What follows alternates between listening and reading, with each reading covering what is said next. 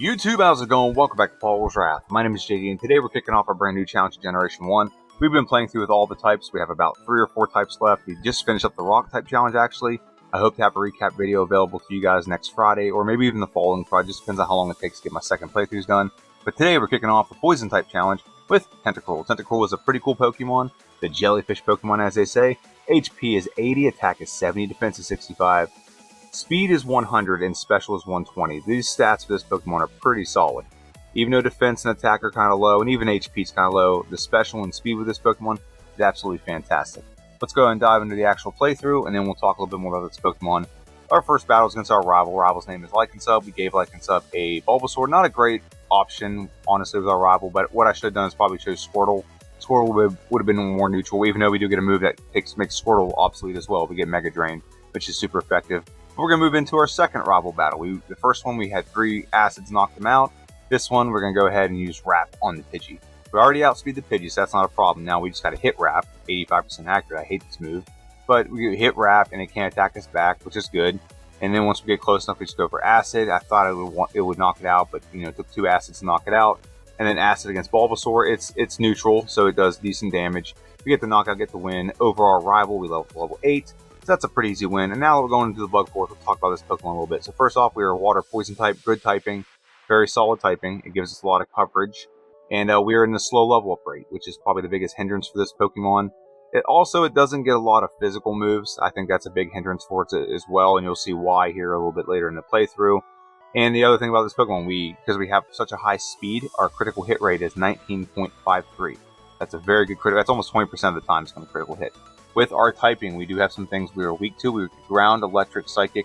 And I think in Generation 1, we're also weak to Bug type because Bug was super effective against Poison. I think it goes mutually. Like, we're effective against it and it's effective against us. And then we resisted to Fighting, Poison. It says Bug here, but I think it's from future generations. Steel, Fire, Water, and Ice. It's also Fairy type, but we don't have to worry about that in Generation 1. As we move into Brock's Gym, we're going to go ahead and face a Million Light Years trainer comes out with a Diglett. Diglett can do a decent amount of damage to us. We are not exactly a frail Pokemon, but we don't have great defense, so we don't want to take physical damage if we can avoid it. And so now we're going to go for Supersonic on this Sandshrew. You're going to notice the tactic here is if there's a Pokemon we can do Supersonic to, and then we can wrap it, it doesn't attack, it stays confused even if we miss our attacks. That's the strategy here, which will also be implemented on Brock. So we beat the Million Light Years trainer, super easy, barely an inconvenience. And now we're going to face Brock. It's 4 minutes and 44 seconds. We're level 11. And we go ahead and face Brock. So same strategy here. We want to go for Supersonic, and we're going to go for Supersonic again, and again, and again. We miss it 4 times. That's fun. And then 5 times. And on the 6th one we finally hit, it did go for its defense up by 3 stages. We didn't want that. I wanted it to happen on the first turn, and it's confused, hits itself, and I go for Wrap. But it is what it is. But we're going for Wrap, and it's just gradually going to whittle down Geodude's health. Now, the problem with Wrap is we only have a certain amount of power points, so we don't have a lot of power points with this move. So that's the one thing we have to worry about. But as we whittle it down, and we take no damage back, I mean, we've taken almost close to half damage, I guess. So I guess we have taken a little bit of damage. Now it's confused, like I said, so it hits itself, and then Onix comes out. Now we're going to do the same thing. We're going to go for Supersonic on the Onix, and then we're going to go for, that was an accident, we'll go for Wrap. Now, Onix didn't up its defense, so it's still not doing that much damage. I mean, it's only effectively 7 power right now because it resists normal moves, and this isn't a stab move for us, so we don't get any kind of boost out of it. But like I said, we're using Wrap, and once we get done with Wrap, he's still confused. That's the thing. If we miss the attack, he's still confused, and he won't hit us. That's the big part of this playthrough, because Tackle can do a lot of damage to us because he has Screeched us, which lowers our defense. But we get an easy win. It's a long win. It takes forever to do. It took almost a minute and a half, 2 minutes to get that battle done, but we did get the win over Brock, and now we're adding 2 moves, actually. So we add Water Gun, and we also add Bide. Bide is very important to get by Misty. We're going to beat this super duper nerd and grab the Fossil, and let's go ahead and go for Water Gun. Water Gun looks like it'll be a 3-shot on the Grimer. Very good. Voltorb comes out. It'll be a 2-shot. Very good. And then the last Pokemon is a Coughing 2 Poison-type Pokemon, which is, they're going to participate in this challenge too. Actually, no, they're not, because we're not playing with the base form. We grab the Dome Fossil, all hail the Dome Fossil, and move right on to the next battle. Landmark battle, which is Misty. Now, Misty, you'd think you just use Acid or use Wrap. Well, here's the problem with that. Is she can do a decent amount of damage to us. We don't, like I said, we are a frail Pokemon, and she is higher level than us. I usually don't go into this battle too often where I'm under leveled, but we're under leveled right now. Bide is great. So what happens is we use Bide, and whenever she does to us damage-wise, we deal back double. And so this makes this battle pretty obsolete pretty quick. That's going to be a very common strategy when I do the Water-type challenge. That is the best way to beat Misty if you're a Water-type Pokemon. Unless you get some other move that's not a Water-type, but that's the best way to do it. Because she's not going to go for Water or Bubble Beam or Water Gun. She's going to go for Tackle because her AI says that her Water moves are ineffective at all because we were Water-type. So now we're facing our third rival. And the Pidgeotto goes down to, I think it was 2 Water Guns or 2 Acids. And now we knock out the Abra. Now we're facing our Rattata. Rattata gets knocked out. And then Acid will be, it looks like about 2 to 3 shot on the Bulbasaur. Very good. They don't take any damage really from him. And we move right on to the SSN. There really is nothing else we can do. We can't add Body Slam. We can add like Seismic Toss or nothing. So nothing else could be added. We just move right into the next landmark fight, which is a battle against our rival. We one-shot Pidgeotto with Bubble Beam. We one-shot Eradicate with Bubble Beam.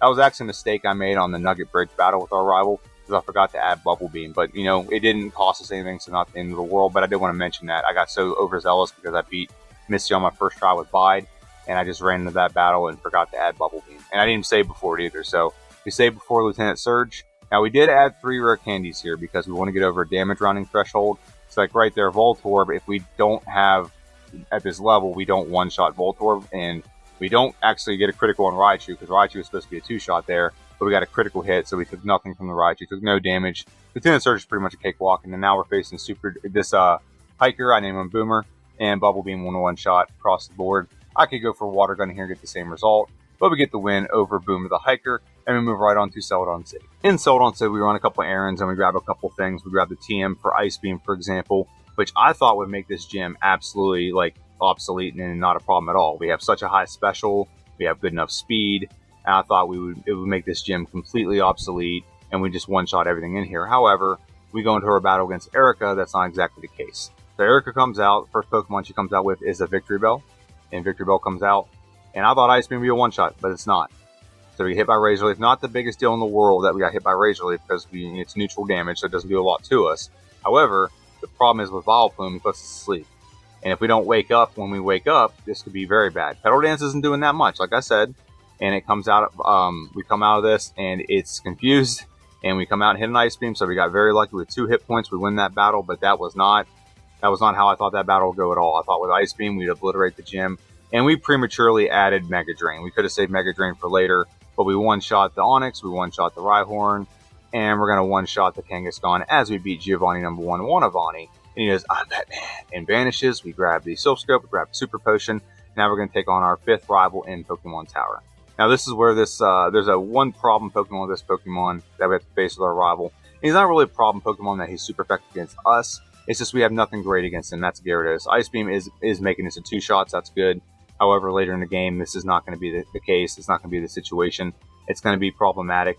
We one-shot the Growlithe, one-shot the Kadabra, and we're going to one-shot the Ivysaur. We do. Super effective. Actually got a critical hit there. Don't think it mattered. I think we would have one-shot regardless, but we grabbed that. And we're going to move right on to Silphco, where we're going to grab this amazing TM, which is TM3, which is Swords Dance. And we make a mistake here and decide we're going to see if we can take on our rival. Now, here's the problem with this battle, is we don't have the badge boost for special. If we had the badge boost for special, I'd say there's a possibility we can win this battle. However, and you're going to see it right here, Gyarados is going to get the best of us here. We're going to Ice Beam. The only thing we can hope for right there is maybe get a Freeze. But Bite did a lot, and Dragon Rage did a lot, so we get knocked out here. We take our first loss because we just took a risk here that was unnecessary. She just grabbed Swords Dance and ran to face Koga. Now, Koga is another gym leader that we don't exactly have a great thing against. So I'm doing Swords Dance to up our attack stat. It isn't up in our special, just our attack stat. Then we go for Ice Beam on the Coughing. It looks like it's going to be a 2-shot. We do get our actually lowered, which is not fun, but we do get the knockout on the Coughing. Muck comes out next. Double Edge is going to be a 1-shot. Now, the problem with Double Edge, it does get recoil. That's why I'm like weary on using this. I don't have to go heal a lot. It takes a lot of time, which is this is the only real good physical damaging move we can get prior to getting, Hyper Beam. But we do get the win. It's not like we don't get the win at all. We do barely win, though, on 4 hit points only. And we move right on and face the next gym leader, which is Blaine. Blaine is the Fire Specialist. Surf is going to one-shot every one of his Pokemon. One-shot on the Ponyta, one-shot the Growlithe, one-shot the Rapidash. Do we one-shot the Arcanine? I might be wrong. We might not one-shot the Arcanine. Oh, we do. Okay, good. So Blaine was pretty easy. And now that we beat Blaine, Swords Dance will now up our special, which, special's already pretty good. This is just going to make it better. So we face our rival in Silphco again. Comes out with a Pidgeot, and we want to not set up on the Pidgeot if we can avoid it. Ice Beam on the Pidgeot, very good. And we're going to try to set up a little bit on the Gyarados. We don't want to set up too much on the Gyarados. Like I said, he has Dragon Rage, which does 40 damage every time. Ice Beam looks like it's going to be a 2-shot. So now we froze them, so now we can get fully set up. And so now we're going to go for Ice Beam, knock out the Gyarados. And we should be able to sweep the rest of the team. Surf on the Growlithe. And I don't want to go for a Double Edge if I can avoid it on the Alakazam. It knocks us out. This is why I don't like Double Edge, because Double Edge made me afraid of using the move, which might have got the 1-shot on the Alakazam. It really might have. But the problem is, it also could have knocked us out with the recoil damage. I don't know the range there. I don't think it would have now that I'm looking at the amount of damage it's doing. However, you just don't want to risk that. I'm not a really big fan of risking that. So we're going to set up Swords Dance on the Growlithe this time instead. And we actually got leered, so our attack set's a little bit higher than it was in the previous one. So we get a critical hit with Surf, knock out the Alakazam. Ice Beam on the Venusaur, knock out the Venusaur. We do beat our rival, but he does give us 2 resets. One earlier whenever we were in Silph grabbing Swords Dance before we hit a couple gyms. And in that one, he beat us with Alakazam, knocking us out with Psychic. And now we're facing Tuavani. Tuavani is going to be pretty simple. Just going to go for Surf and just spam Surf. We don't need to go for Swords Dance. Just spam Surf. Yep, I was thinking about it for a second. Do I need to set up? No, we don't. 1-shot on the Kangaskhan, 1-shot on the Rhyhorn. And Nidoqueen, comes out. And we knock out the Nidoqueen with 1 Surf, get the win over Giovanni. He goes, I'm Batman again. And then we're going to go ahead and jump in front of Jasmine. This is Sabrina, not Jasmine. We're not in Gen 2. Sabrina is actually scary because we are weak to Psychic moves. So we do get 1 Swords Dance in. And now we're just going to go for Double Edge. And we're taking recoil damage. And I don't remember how the damage calculates with Double Edge. I don't know if it's a quarter your health or half. A quarter of the damage or half the damage that you deal. I think it's a quarter. I really do think it's a quarter. So maybe I would have been fine in the second battle against our rival. We got a second reset. But we beat Sabrina, move right on to the final gym leader, Threavani, and he's going to lead out with a Rhyhorn. We don't have to set up anything. We're going to, but we don't have to. I think we're doing this just for precautionary measures, but we could just go for Surf and sweep this entire team. There's nothing here that's going to stop us. We outspeed everything. Surf is going to 1-shot the Nidoqueen. Nidoqueen comes out. It's going to be a 1-shot as well. And then the final Pokemon is a Rhydon. It's 1-shot. Effective power against Rhydon. It's 570 with Surf. That's insane. But we beat Giovanni. And we're going to move right on and face our final rival battle of the game before we have to go on and face the Elite Four. And he leads out with a Pidgeot. We can set up pretty nice on the Pidgeot. No longer has Sand Attack. So we'll go for Swords Dance 1, Swords Dance 2, and Swords Dance 3. Now he's actually faster than us now because we went for Agility. Ice Beam is a 1-shot on the Pidgeot. Very nice. Rhyhorn comes out. Surf, very nice. Knock out the Rhyhorn. Gyarados comes out. Ice Beam is going to be a 2-shot. Hoping to get a freeze there, but we'll take a 2-hit knockout and he just leers us. That's not the end of the world. Surf on the Growlithe, very good. Alakazam comes out. We're going to go for Surf on the Alakazam. Should have gone for Double Edge. It would have been a 1-shot. You don't have to risk a critical hit, Psychic or something. And an Ice Beam on the Venusaur. Doesn't do much damage with Razor Leaf. We get the win over our rival and head on to the Elite Four.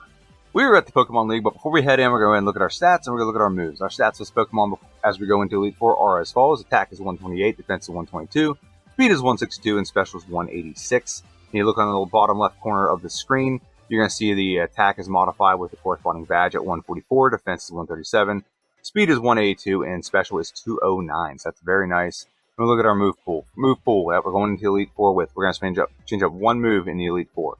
So Surf is a move, obviously we can't get rid of that because it's an HM. That's a risk for most Pokemon. This Pokemon, it was kind of obvious and probably could have done this and made Koga a lot easier rather than having Bubble Beam.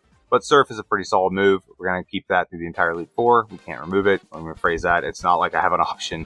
Ice Beam. So this will be upgraded to Blizzard at some point.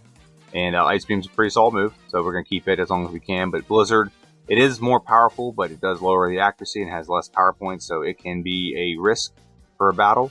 Hyper Beam, we added that. We added all 3 of our PP ups to make this 8 power points. It's going to work very well with Swords Dance. It does not work at all with one of our trainers we're dealing with, so that's something we got to contend with. And then obviously Swords Dance, not getting rid of that. The only things we could change up is Ice Beam, like I said, to Blizzard, and possibly Mimic is a possibility of this Pokemon. But I think I just leave it as it is and just switch out Ice Beam for Mimic. Let's go ahead and face the first member of Elite Four. This is Lorelei. Lorelei is an ice specialist, and she's going to lead out with a Dugong. Now, here's the thing about being poison type. I'll pause this for just a second as soon as she comes up. Is poison type kind of has a nice little benefit of AI. The AI in this game views our Pokemon as poison type. So, what is effective against poison? It's ground moves. It is also psychic moves. So if you look at Dugong's moveset, it has a move called Rest. Rest is classified as Psychic. So its AI is dumb enough, or smart enough to know, like, hey, Psychic moves are effective, but not smart enough to know that Rest is not an attacking move. So she is just going to spam Rest with Dugong, just over and over and over again, because it sees itself as the most effective move possible against this Pokemon. So we get a free setup, and a Hyper Beam knocks out Dugong. This also works in other capacities throughout the course of this playthrough. For example, if we got to the Slowbro, and we didn't attack the Slowbro, guess what? Slowbro is just going to go for Amnesia. That's all he's going to do. Jinx gets one shot by a Hyper Beam, and the last Pokemon is Lapras. We get to knock out the win over Lorelei, and we're going to move right on to the next gym leader, or I'm sorry, the next member of the Elite Four, which is Bruno. We don't talk about him very much, but we're going to go ahead and knock out the Onix. Very good. Got the Hitmonchan. Now what we don't want to do here is set up, we leveled up right now. Level 58, so what we're going to do is now we're going to set up Swords Dance 1. We really don't need to go for multiple Swords Dances. We could probably just set up with 2, and Surf is a 1. We probably honestly could have just swept with Surf, but I thought I'd just be safe than sorry. And nothing really here is going to do a lot to us. We get the win over Bruno, and it moves us right on to Agatha. Now, Agatha can be very problematic, because we don't really have anything great against Agatha, and she could have Psychic moves. For example, she puts us to sleep and use Dream Eater, she's going to obliterate us. However, we're going to go for Swords Dance 1, and that's all we're going to need. Surf. And I don't know if this was AI going for Dream Eater, and she has 2 like moves, and she's just picking between the 2. I don't know if that's the case, because she also went for Confuse Ray. It's kind of confusing, so I don't know how the AI is working with her. But we one-shot the Golbat. We were one-shotting the Haunter. Very good. Critical hit. Don't know if that mattered. Don't think it did, but it knocked her out regardless. And then Surf will be a 2-shot on the Gengar. Nightshade doesn't do enough damage. Get a pretty easy win over Agatha. That could go south pretty quick. So that was we're pretty fortunate to have that kind of outcome. And now we're facing Lance, the Dragon Master. And Gyarados comes out. We're going to go for Swords Dance on the Gyarados. Leer helps us, actually. I like it. Even though we get hit with a physical move, we get fully set up, and now we can just sweep his entire team. Hyper Beam on the Gyarados. We skip over the recharge turn because we knocked out a Pokemon. Ice Beam, we'll just spam it out and beat the rest of these Pokemon. We can go for Surf on Aerodactyl just to be safe. It's a more powerful move, and then back to Ice Beam, knock out the Dragonite. Very good. The only thing we got hit by there was just a Hyper Beam by Gyarados, and now we're going to move on and take on our rival. The final rival of the game, the champion. He's going to lead out with a Pidgeot. We can set up on this Pidgeot, but here's the kind of the dumb thing about this Pokemon. It just goes for Mirror Move. And it's not the end of the world, because it, for some reason, doesn't seem to want to attack us. So it could have been pretty bad if it attacked us with like Sky Attack after doing some Swords Dance. But we one-shot with Blizzard. We're going to Hyper Beam on the Alakazam. Now, this is where Mimic could have come in handy. I could have mimicked like Recover or something like that. And we don't need to set up on the Rhydon. Usually I like to set up on the Rhydon where he just goes for a Leer and Tail Whip and boosts our stats. We one-shot the Gyarados. We're going to one-shot the Arcanine. We do not level up, so we should be able to hit Blizzard and one-shot the Venusaur. Very good. We get a very good time locked in with the Elite Four. 48 minutes and 29 seconds. At level 62, pretty good. Not going to complain about this time. It could be better. There's definitely things I think I can improve on with this Pokemon. The only problem with this Pokemon, it does not have a good physical damaging move. And we get Swords Dance, and it'd be great if we had Body Slam, for example. This would be an absolutely stellar move, a stellar Pokemon, because Body Slam will work well with Swords Dance.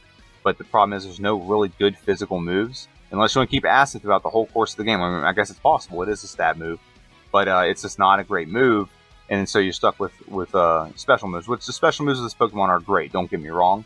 You have Bubble Beam, Water Gun, Ice Beam, Blizzard. You progress pretty well throughout the course of the game, and Surf.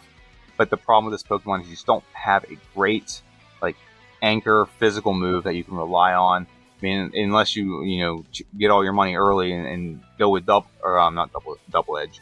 If you go with Hyper Beam, I think it's the only thing that can really make this Pokemon significantly better. Or if this Pokemon had access to Body Slam. In Generation 2, its actual moveset is actually pretty solid. It gets a much better moveset in Generation 2. The only thing it doesn't get access to in Generation 2 is Swords Dance, but it gets like Sludge Bomb, so the Poison type gets progressed better. It gets access to so much more stuff. Let's go and look at the tier list. This Pokemon came with a time of 48 minutes and somewhat seconds. I think this is the fastest of these 5 Pokemon we're doing in the Poison type challenge now. Is it the fastest Poison type overall? No, it is not the fastest Poison type overall. It is just the fastest Poison type, or the best, not the fastest playthrough, not fastest overall speed. Actually, it might be the fastest overall speed. No, I think Golbat's faster. But regardless of that, this Pokemon came in with a decent time of 48 minutes and 28 seconds, and that time locks it in right here, right behind Jolteon. Now that everything's adjusted, we're looking at this and seeing that Tentacruel is right in between Sandslash and Jolteon. right in the A tier. Do I think this can get into the S tier? I think it can. I think I can shave easily 3 to 4 minutes off this playthrough. Hopefully I don't have to do too many more poison types. I want to get the rock type Pokemon updated and upgraded on here with more modern times. I got to do the second playthrough. So that's like my task to do this weekend. I have a little bit of time this weekend. I'm hoping to get a whole bunch of these playthroughs done, get this done, and then I can move on and do the poison types properly. I got a playthrough coming out on Wednesday. It's going to be a daunting task. I got to start that tomorrow morning, and it's going to be a playthrough with Shuckle in Generation 2. If you don't know, Shuckle is not a great Pokemon. It is, I think it's a gimmick Pokemon. Yeah, it's not quite a gimmick because it actually learns real moves. The thing is, it's like defense of like special defense and normal defense like 230 each, and then like attack is like 10 and health is like speed is like 5, something like that. It's not a great Pokemon. But I do have the luxury of playing through with watching other YouTubers play through. I've seen JR's11 play through this Pokemon. I've seen, Scott's Thoughts. I've seen Squidgy play through.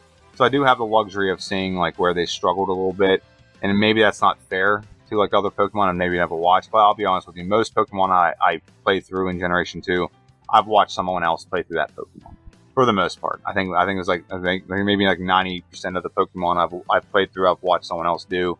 So I had kind of an idea of what's going on with it. I try not to copy exactly what someone else does. Like I don't, like for example, Scott Stotts loves using the curse strategy, and I don't usually like using that unless I absolutely have to. This Pokemon will be a Pokemon I will use the curse strategy with. It's not even a doubt in my mind. It's such a bad Pokemon, but it's going to be a fun playthrough. I like the strategy. I like figuring out how to get a Pokemon to work and how to get it like, a solid playthrough and good representation. I don't know if there's going to be an optimized playthrough of this Pokemon. I don't see how there's going to be. There's no egg moves. I might be able to take a move from like a previous generation or something, or maybe I'll do something similar to what Squidgy does, and he has what's called Supermon, when he gives them like their 4 best moves to start the game and see how good they play through. Maybe that'll be something I do, but that's a question for another time. So without further ado, I want to thank everyone for watching. This has been Poliwar's Wrath. I want to thank everyone for tuning in and watching this playthrough with Tentacruel. Hope you turn on Wednesday and watch my agonizing playthrough with Shuckle. It's going to be fun for you, maybe not as fun for me. We'll find out. We'll see how I feel after that playthrough. I'm going to play through it tomorrow morning, get it started. I don't know if it'll get done tomorrow morning, honestly. It might have to take 2 days. But it is what it is. And then I'll also try to get through the rock type playthroughs. That way I can get a video out recapping the rock type challenge. I know it's down to basically 2 Pokemon, but I also want to see if I can get some other Pokemon even better. But thanks for tuning in. Have a good one. I'll see you guys next time.